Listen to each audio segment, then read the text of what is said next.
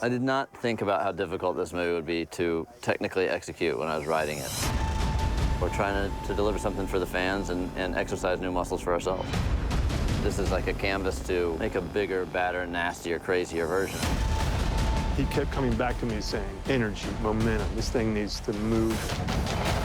The timeline of the movie began to compress, and then we realized this thing just needs to take off from where the other one left off.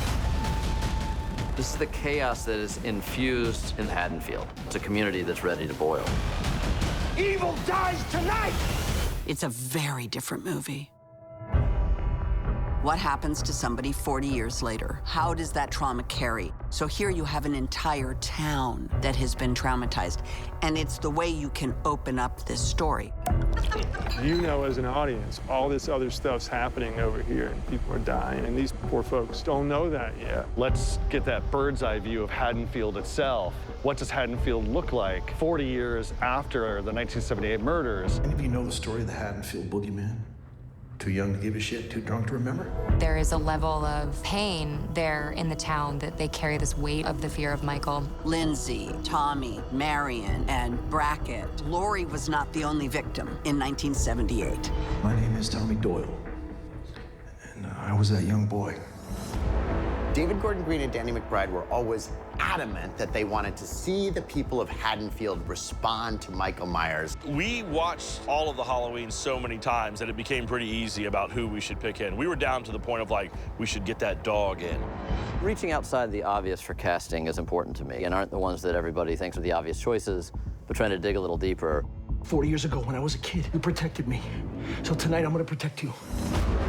Anthony Michael Hall, he has the toughest role. I grew up watching his movies, and it seemed like it was a right fit for this world. He feels of the time and place and texture of Haddonfield. And he brings kind of a new dimension to the character of Tommy Doyle. Tommy is now in his middle age, is sort of rallying the local community. This man is a threat, and we need to stop him tonight. He was the younger of the two kids, being looked after by Lori. But I think for Tommy, I think it's revenge. I think the sense of wanting to protect Lori and Lindsay. You see the intensity that he brings, the aggression that he brings, and he would be so possessed with Tommy Doyle, steam would be rising out of his head.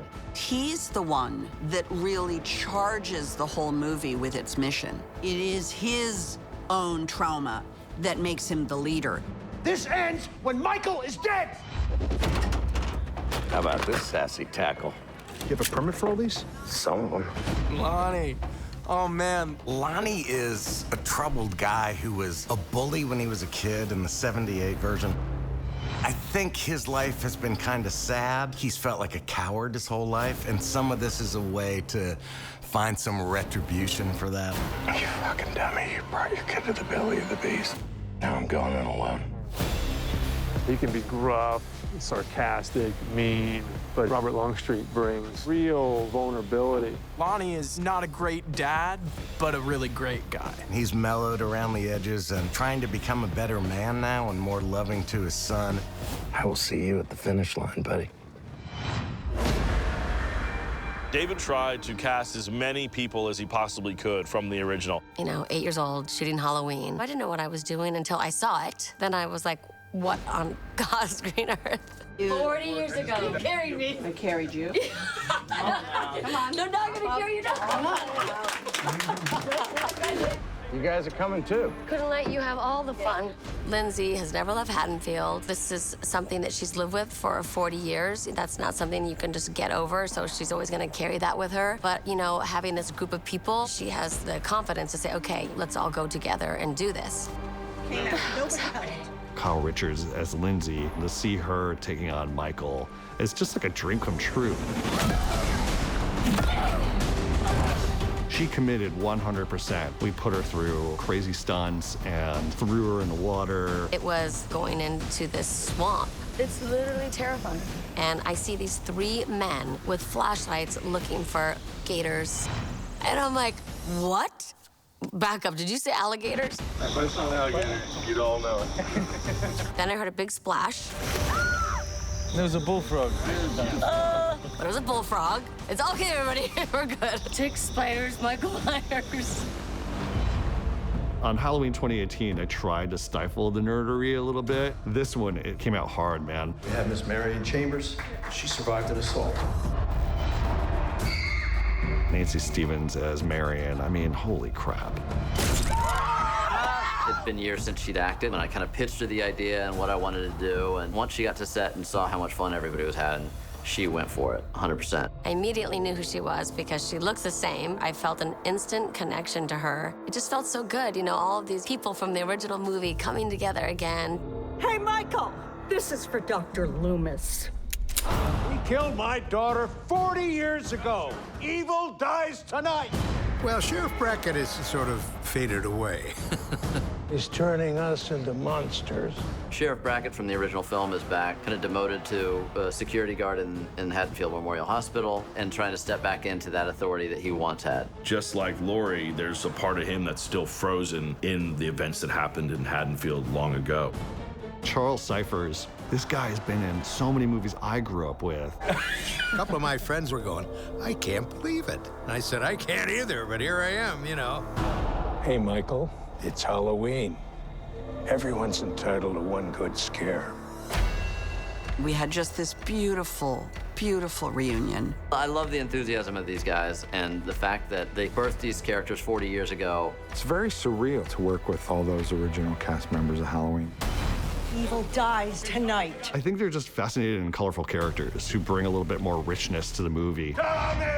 I believe that Sheriff Brackett went on to be a hospital security guard. I believe that Lonnie, Tommy, and Lindsay are still kicking around Haddonfield, you know, living their lives. 40 years ago, a madman escaped from a mental hospital. People needing someone to pin this pain on. Is he real? Who knows? You could say, oh, you're getting to do the ultimate fan fiction, but I think we go beyond that. We are trying to tell a true storyline that feels real and connected to the '78 movie. It's Halloween night in Haddonfield. When terror is supposed to be fun.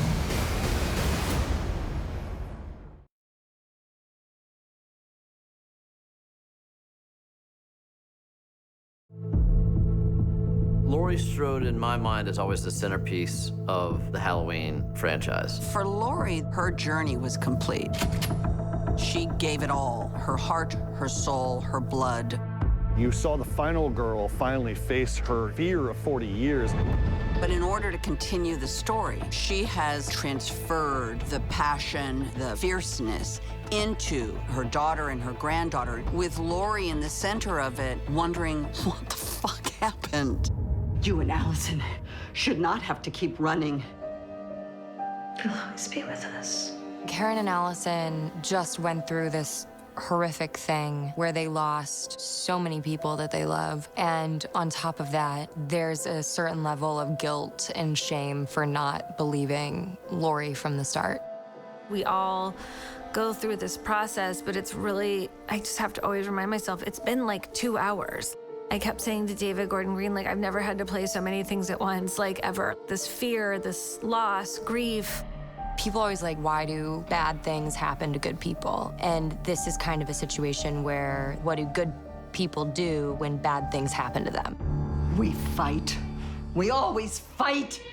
It's the same night. Like, my husband is dead, and my mom is dying, and my daughter's now missing, but the guy's still out there. We shot him in the face. Burned him alive. A lifetime of preparation, and for what? Karen, she's the voice of reason. She's the audience. She's us. She's practical, trying to navigate a heightened situation. The three of us all together cannot stop Michael Myers. We're not equipped. There are authorities who are trained looking for him. You think you're the one that's gonna find him? The relationships between parents and their offspring, you often see the yin and yang, the butting of heads. Laurie's turned her daughter and her granddaughter into warriors.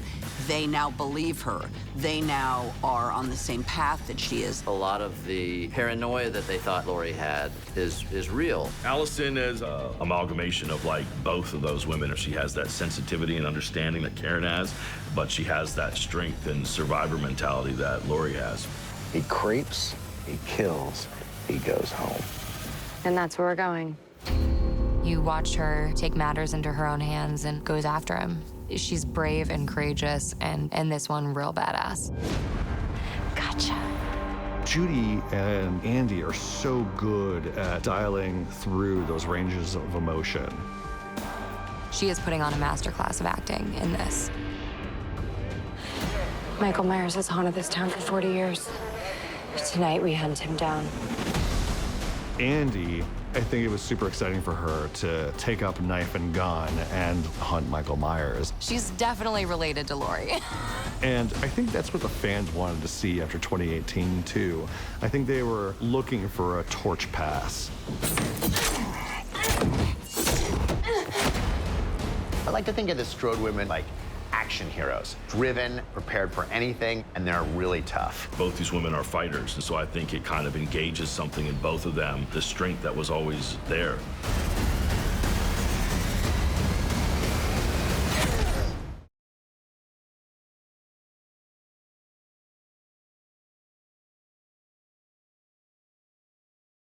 Halloween was one of the first films I remember watching and feeling very, like, emancipated. Like, wow, mom and dad aren't home, man. This is cool. That's it. That's where it happened.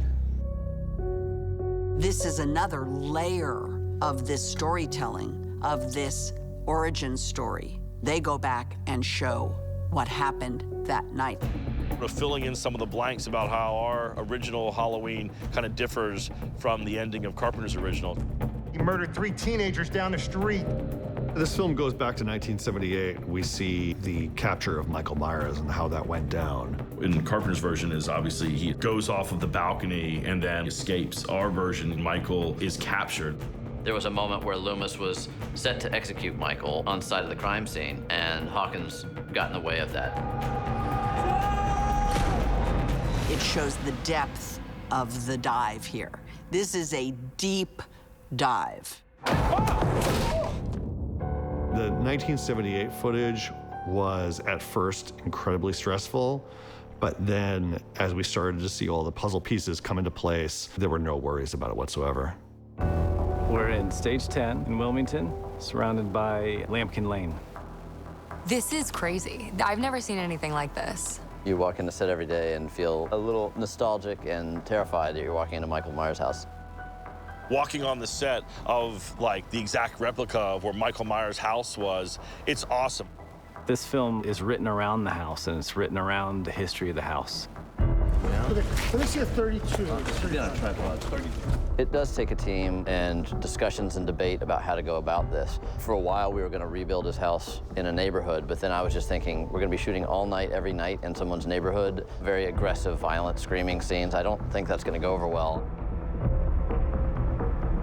We decided to put real grass and in some case real trees in this place. Because of that, we've got like wildlife in here. To see the research go in and the attention to detail, it's awesome. I enjoy even what could be the boring part, which is just copying what already exists. I mean, there's this tree in the original film that looks completely fake. We hired this awesome sculptor who knew what the tree was and found pictures of it and sculpted this tree to look just like it. Haddonfield Sheriff's Department, stop right there! Make it like someone just jumped out of the car and pops up. It felt pretty good. We recreated some 1978 cops and made the choice to match exactly to the original movie. The tan pants with the brown stripes, and they have the green satin bomber jackets with the fur. Just a matter of getting a lot more and making the fit right so that the pants had a little bit of a 70s flair to them.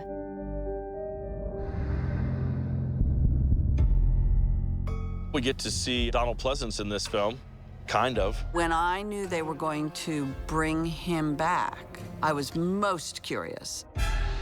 Officer Hawkins, did Michael kill again? Get your energy, get your energy, get your energy. So we have this guy, Tom Jones, who's like our set construction guy. The second we walked on set, we said, this guy looks like Loomis. Here we are talking about, do we enlist the latest and greatest computer technologies to bring our character back to life when we've got him standing on the other side of the studio, going through blueprints and readying the set to be built? That is your eye line. Can we clear the eye line behind there? Holy shit. That looks just like him.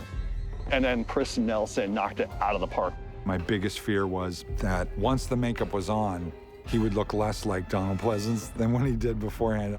Michael, stop! Louder. Michael, stop! As loud as you got. Michael, stop! Fans love Dr. Loomis. I love Dr. Loomis. He's the Ahab chasing Michael Myers. It's funny what people attach to. Dr. Loomis, that quandary is everybody's quandary. You know, do you study him? Do you try to rehabilitate him? It's him. It's Michael Myers. Another facet of 1978 is doing the 78 mask. It's built the same way. It's sculpted and fabricated and poured just like an old-fashioned latex Halloween mask.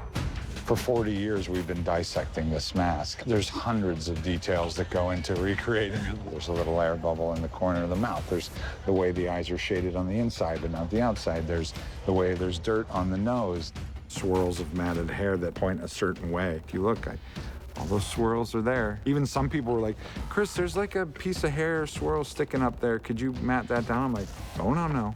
That has to be there. If it's not there, it's not the 78 shape.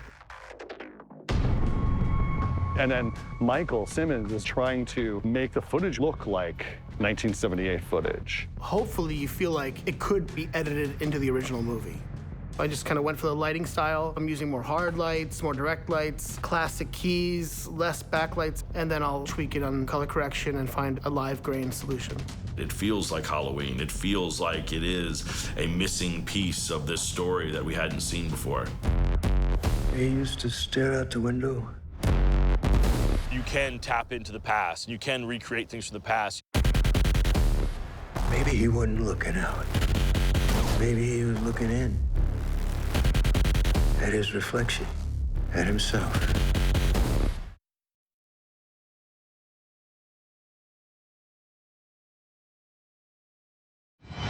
As fans of Halloween know, Michael can get very surreal with some of his art exhibitions.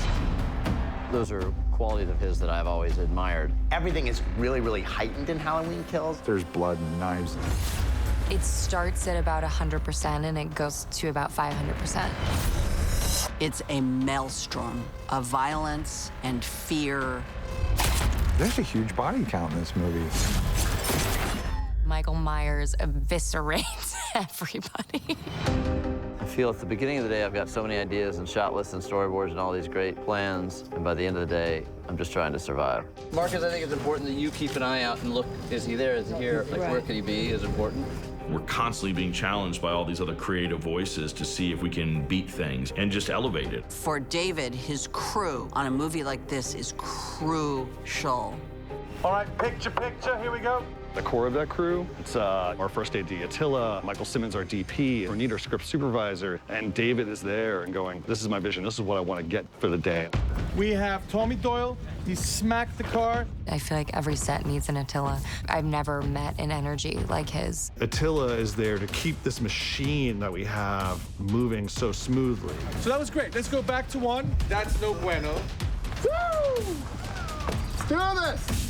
Mike Simmons wants to make sure the story is being told to the best of their ability. Mike, whose idea was this, yours or David's? It was my idea. Michael is often coming up with shots and saying, well, I think we should be doing this. And it's not like David is saying, like, this is the shot. Let's check the eyeline for the eye camera. I am so in love with Ronit. I love her so much. Ronit is making sure continuity is in check. If you look at her notebook, she's taking notes on every single little thing. She puts up with no bullshit at all. It all trickles down from David. If there's not a movement, a progression to the light, then maybe it should all just start to happen. A lot of these guys have worked with David for 20 years, I guess, when they went to film school together. And that says a lot. You don't feel like a puppet or a technician. You're creating to the larger piece of work. I like it. The way that David allows Michael and allows Attila and allows Ronit voice. He will listen and he will take what fits into his vision. It's kind of like the best idea wins, and there's really no ego involved. The entire group of people, actors, director, and crew, made this movie, and none of it you can do without them. Again, give us 3 in a row. Get back to kill game! Now one very soft. This is their movie, very much their movie. Do you get sad when you have to kill cast members off? Depends on who we're killing. All right, this looks good. Let's do it. There are so many kills I can't even, you're gonna have to remind me of them. Action! Well, when we first started, the creative process of murdering people. Thinking of creative way to murder somebody is never the happiest process. How do you kill somebody thing without feeling like a real asshole? We're seeing more on-camera deaths and more response to deaths, the aftermath. Sometimes you want to see a gross-out gore gag and have the audience scream. Other times you want to be very implied and impressionistic about it. You know, what's a nice kill? What's an interesting kill? What's a unique kill? And then how do we do it? Can we just see everyone in their approximate positions for now? Okay, and then open it up a little there with those guys. What would happen if I said roll sound? We would make a movie. And picture, picture, picture. The idea is that we've got probably 4 hours of prime inferno, but we only have one house, so if we don't get it, we're fucked. Is that as crazy as that can go? Whatever they're doing is a waste of time. Let's bring everybody in. The artistry of the fireman deaths is beautiful. So, Paul, you'll be right here on this lens. That close-up shot was so fucking awesome of you emerging in the close. Then I go wide for the boom. A lot of it's going to be in silhouette. It's going to be impressionistic violence.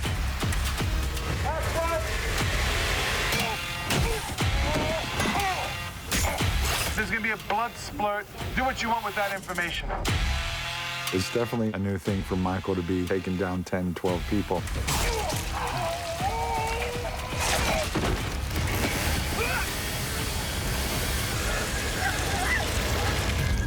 How much of the house will be on flames when that's happening? All of it.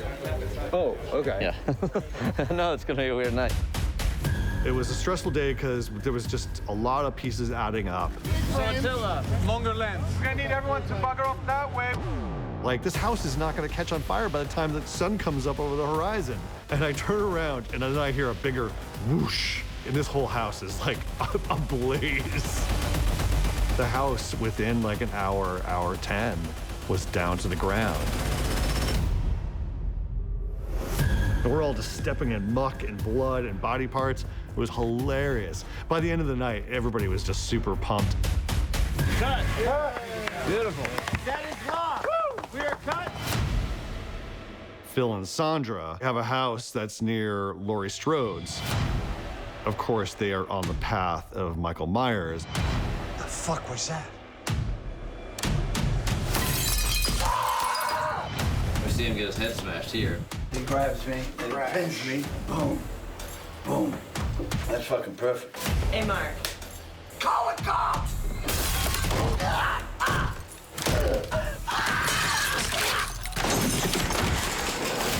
Two very intense kills. Grab your neck with your hand. He said, hey, man, come on down to North Carolina.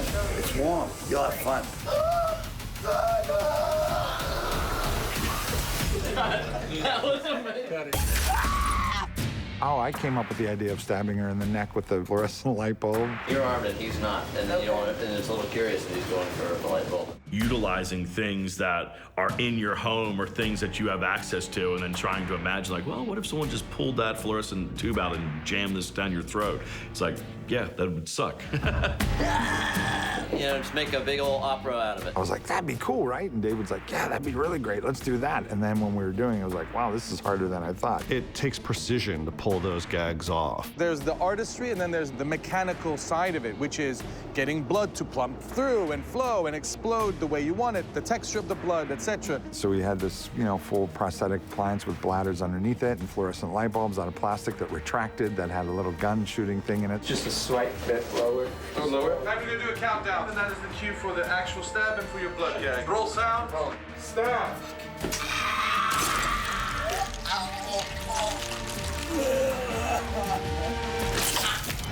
There's a pretty amazing sequence at a playground. Sure to be very bloody. Hey, Mark. What the hell is that? It's Michael. When I first heard the idea that David wanted to bring back Nurse Marion, I was like, yeah, that's natural. We should just do that. Hey, Michael. This is for Dr. Loomis. She gets stabbed to death. Over and over and over and over. Cut. Okay. One more time. 3, 2, 1, bang. That was great. One of the kills that gets me the most is Vanessa's untimely demise, when she tries to come at Michael Myers with a gun, and then he turns the tables on her quickly. First shot hits the headlight. Second shot hits the hood. Bang. Third shot skips off the roof. Everyone's apologizing every die. Like, I'm so sorry you guys died. Like, man, I'd rather die by Michael Myers than anybody else.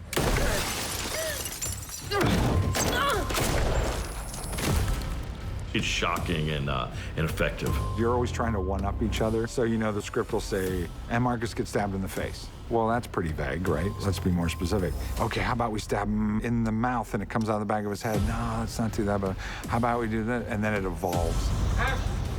As opposed to just doing a fake head, we did a really cool appliance with like a half blade sticking out, blood tubes, everything. It was a really elaborate makeup. Very carefully. Watch your face. We did a reverse kind of gag, shot parts of it in reverse. Gag! So we went back and used a lot of old-fashioned tricks. When we were filming it, it was almost just for our own sick pleasure and entertainment. Honestly, never intending to put it in the movie. But then when we tested it for an audience, we just heard the screams, and we just thought it was too delicious not to include. Can we straighten out Shape's wrist? That's part of the whole fucking problem with fucking angle. I want to get high and dance. I was just trying to think of who would be unexpected, surprising. We're in kind of our own little world. Did someone just go to our house? Characters that would be fun to watch, so it wasn't just oppressive, melancholy. I got this knife. I got this knife. They do a zone defense. Yeah, they zone it up. Field upstairs, downstairs, 2-3 zone. Little John. Big John.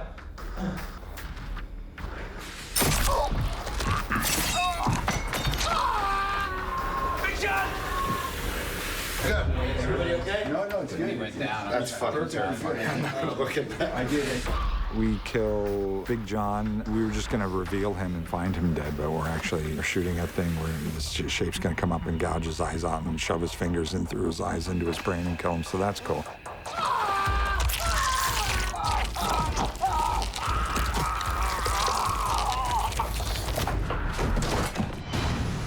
Michael, you've come home. I hope we're showing something that's gonna stay in someone's head. It's got a high body count.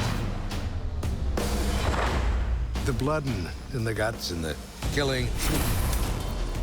I always thought Michael Myers was flesh and blood. This movie is savage. It's bedlam. The more he kills, the more he transcends into something else.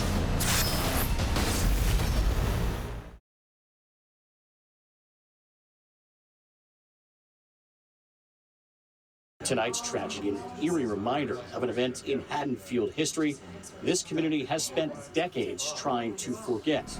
Currently, we are at Mick's Bar, where some of the original surviving victims of Michael Myers' first rampage in '78 meet here to support each other. There were a lot of people who were affected by Michael Myers. 40 years ago, a madman escaped from a mental hospital.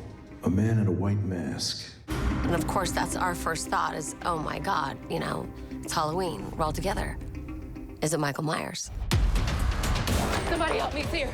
He's in the backseat of my car. David was really clear that, like, he just wanted to explore the after effects of violence. And in this, he was interested in seeing how it affected the town. The only way we're gonna stop this is if we all come together on this. Yeah, goddamn right. We're gonna see what happens when an entire town comes up with the same passion and fervor that Laurie had. Now listen, boys, there's strength in numbers. That rage has just metastasized. Michael Myers will be executed tonight, and it will not go without witness. Evil dies tonight. Evil dies tonight. Evil dies tonight. But it really does talk about this sort of mob mentality. The community is all responding to fear and terror in their own way. This idea of fear, you know, is interesting. Fear is a driver. He is an apex predator. When he surfaces, there will be no pause. There will be no empathy. And look, it's him. Where? Who? That guy. Oh my God, it's him. Oh my God. And then he gets all freaked out and he runs. So we filmed Halloween Kills in 2019, and the ideas of a community divided on the brink of chaos, these were pretty far-fetched ideas, and it's been interesting sitting back with the film through so much that's evolved in terms of the frustrations around the world. It feels that much more relevant. You know, it's one thing to have a man with a knife in your house, and it's another one to have a mob on your ass ready to tear you limb from limb. It becomes groupthink. It's not an individual, it's a mass. They want to be part of the group, and whatever the group decides. I think that's the human condition. They want to participate in the ending because when it ends, they are then released from that. It's one thing to write these on a page and, you know, there's hundreds of people in a hallway and knocking over equipment and running after someone. It's another one to be there with a camera when you're in the path of this stampede. And it really is, it is intense. It's brutal, it's psychological, it's emotional. I didn't anticipate how intense it would be. It's like really scary to see all those people running towards you, screaming with those angry looks. It shows the butterfly effect of also not just the action of Michael, but the reaction of the people of Haddonfield, and that is making for a very crazy story. As the mob increases, his brutality increases. It's transcendent in that way. Was it Michael? Michael's here! It's Michael. Michael! Mayhem and vigilante justice. This ends when Michael is dead! You have all of these people kind of dealing and processing with emotion. Evil dies tonight! The mob takes over for better and for worse. It's a righteous thing to kind of like try to vanquish evil, but like in the process of it, you can end up perpetrating evil. Trying to figure out who the real monster is. Is it the boogeyman, or is there also a question of the reaction to terror and the reaction to violence? It's not him! It's not him! It's not him! It's not him! People pick up on, and then that spreads to someone else because they say something, and mass hysteria kicks in.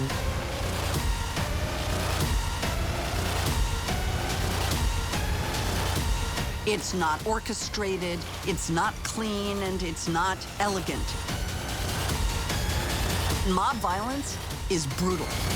Now he's turning us into monsters.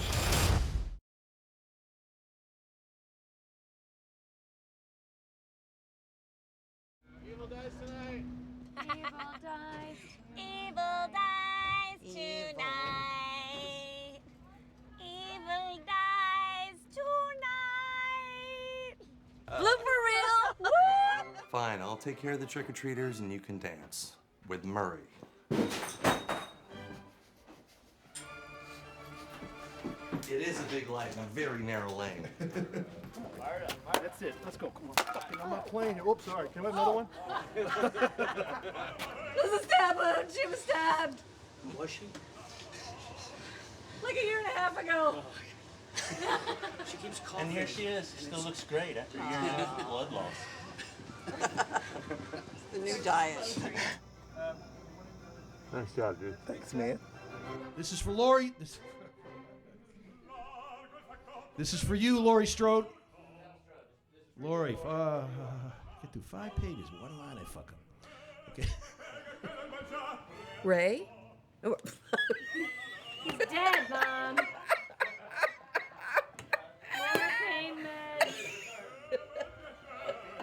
So I wasn't there to put a bullet in her brain, like we should have done. You said put a bullet in her brain. Did I say? Yes. Bullet in my wife's brain? Yes. Excuse me. Oh, fuck. I need some brakes and some good people. Excuse me. I need some... You knock it out of gear? Fuck. I did again. Excuse me. He's not dead.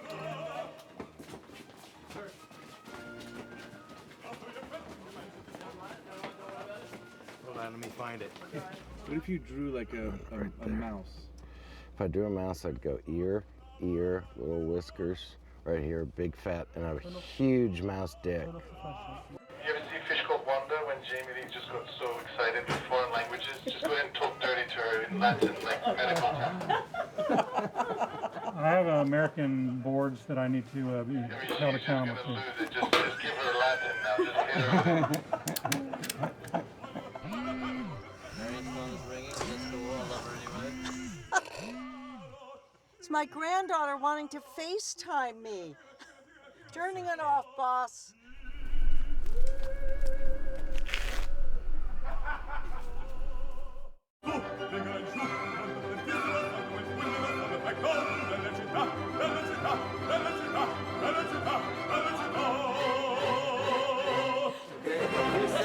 Lockdown, here we go. And remember, everybody, keep it light. This is a lighthearted comedy.